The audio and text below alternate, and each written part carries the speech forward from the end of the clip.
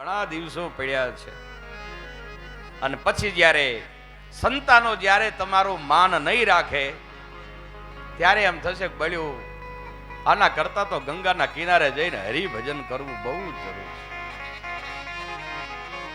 દાદા ગુજરી જાય અંડોશીમાં આમ ખાટલા ઉપર બેઠા હોય, ઉંમર થાય એટલે દાંત પડી જાય અને દાંત પડી જાય એટલે કઠણ રોટલો તમારાથી ચવાય નહીં.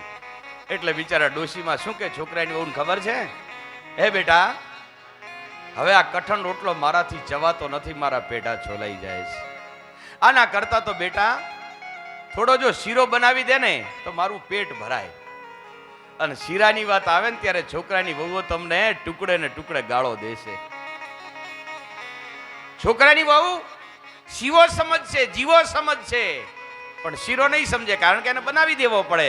અને વધારે જો તમે શીરો શીરો કરશો ને ત્યારે દીકરાની વહુ જ્યારે ટુકડે ને ટુકડે ગાળો દેશે ને ત્યારે હાથમાં માળા હશે, બજરીયો રૂમાલ હશે, નાના ટુકડા જેવો, અનામાં આછું ઘરના ખૂણામાં એક ખાટલામાં બેઠા બેઠા પછી ડોશીમાં કહે છે કે વાત સાચી છે, બાપુ કહેતા હતા 50 વર્ષની ઉંમરે કથા સાંભળવા ગઈ ત્યારે કે આ જગતમાં કોઈ કોઈનો નથી, કોઈ કોઈનો નથી. હે અત્યારે આ નહીં સમજાય, પછી સમજાશે. અને એટલે મને આ ભજન બહુ ગમે છે. હું દર